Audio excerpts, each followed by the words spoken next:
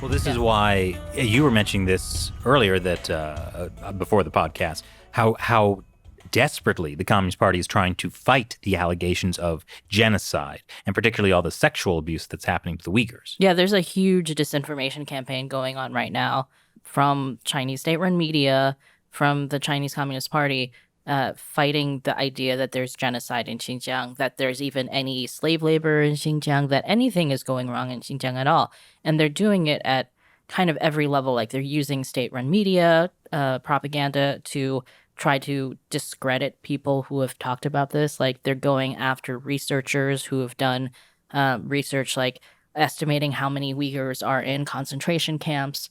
They're like going after them personally, not just like trying to discredit their work, but also just being like Adrian Zenz, who's he's a German researcher who's been on the kind of the forefront of looking at this. He's an academic.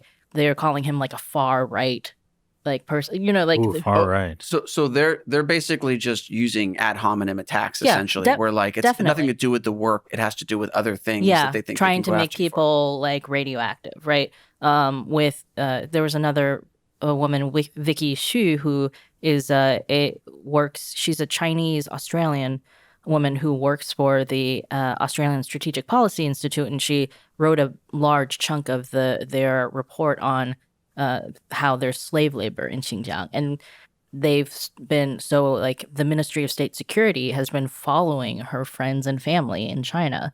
They started like a smear campaign on Chinese social media to accuse her of being like a sexually promiscuous, like it's just like it's like weird attacks that they're using, but essentially because they can't deny the things she's actually saying. Well, I mean, China. Also they want to call the Australian Strategic Policy Institute like a hostile foreign force that's being set up by the Australian U.S. governments to so they just make up things about people who criticize the CCP. Well, it's like you were saying this earlier, Shelley, that like with the two Uyghur women who have come out and like described the sexual so torture. Then the Chinese Communist Party tried to go after them.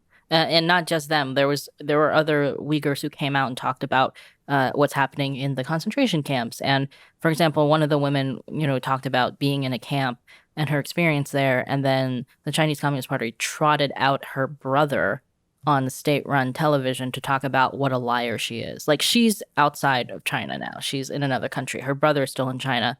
And then he's on state-run television talking about like, oh, she's always been a liar. Now she's just being used by like the Western powers. And wasn't there also stuff like, oh, she's actually sexually promiscuous? I forget. Or was it another one? But anyways, the point is they're trying to say, oh no, like this Uyghur woman talking about rape. No. She's sexually promiscuous. She's a liar. Blah, blah, blah. They seem to like to use the sexually promiscuous thing with women.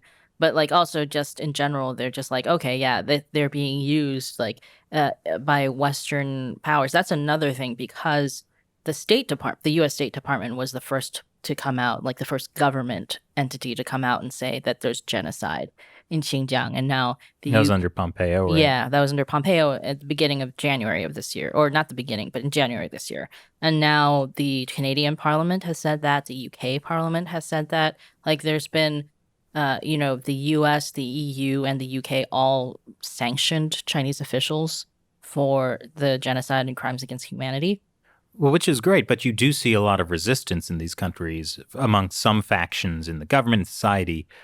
They don't like that claim. Right. Like the Trudeau cabinet, they didn't vote on like the genocide thing. Yeah, I mean, the UK Parliament, I think it was the House of Commons that, voted that this was genocide. And then the British government, like Boris Johnson's government, was like, we do not have a comment on this, Well, it's because it goes back to the issue. If you actually acknowledge like, oh, the Chinese Communist Party, they're committing genocide, they use rape, then you can't have any kind of normal interactions with them. You can't just like hand wave it like, well, we have different cultural norms or whatever. But sign this trade deal, between the EU and China. Or invest your bonds in China or invest in Chinese bonds. Yeah, so but like the key fact that now governments are coming out, like first of all, this makes the Chinese Communist Party really nervous. So that's one reason they're really going hard on this whole disinformation campaign, trying to say that everything's fine in Xinjiang.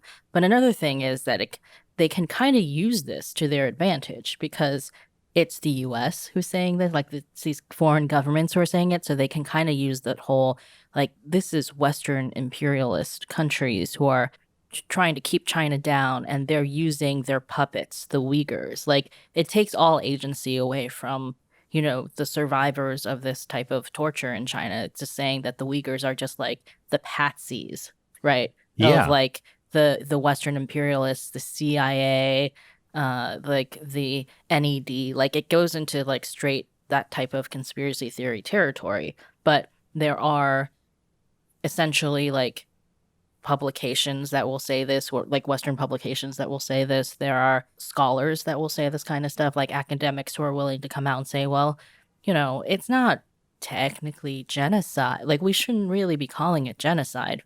And then the Chinese Communist Party uses that, right? And they use that in their campaign where they're like, oh, like these respected Western academics agree with us, that this is something that, like, it's the evil Western imperialists who are using this whole thing to attack us. And they'll even, I mean, like, we're talking about every level from trying to use foreign government officials. Like, I think I saw a Chinese state-run media article about how the Egyptian prime minister, or somebody who was supported, China's efforts in Xinjiang, He's a Goa'uld, isn't he? You've been watching. I've been watching a lot of Stargate lately. But it's just like they use everybody from government officials, academics, business people, all the way down to like people on TikTok and YouTube. Like, someone on TikTok said it's not happening. Gotta believe it. No, I mean, seriously, there's a lot of like Xinjiang, like, genocide denialism on TikTok. Well, there's even like these YouTubers, white YouTubers in China talking about like spreading the party line. Yeah, it's amazing that suddenly a bunch of, Western YouTubers who have suddenly gotten access to go to Xinjiang, and like are walking around like the town square in Urumqi saying, or in a field. Yeah, like, I have to talk about the field guy, but like, they'll be walking around going, there's no genocide here. It's like we made fun of the Chinese state-run media reporter that was doing that, where she was like standing in the middle of the town square going like, there's no genocide. Yeah, Western YouTubers are doing that. There was one guy who, this channel is essentially a bunch of like Western YouTubers who are defending the Chinese government, essentially. And he was in Xinjiang in a cotton field and, basically like asking the farmer whether they used slave labor and, being like, oh, look at all this high tech, like these high tech tractors that you can control with your iPad that they're using. And look, they have a drone, and talking to them about how much money they can make and how prosperous they're. It was totally the CCP's like poverty alleviation propaganda being pushed by this YouTube channel. And then the funniest thing was that he runs into this CCTV reporter, like Chinese state-run media reporter. Wow. And she, like, you didn't see this on his channel, but you saw it on the CGTN channel where she was like in the field and was like, we just happened to run into this famous YouTuber who, happens to be like in Xinjiang. So we decided to talk to him about what his impressions are. And then if you watched the Chinese state-run media report and the YouTubers report, like, it basically, like, they were following him around the whole day.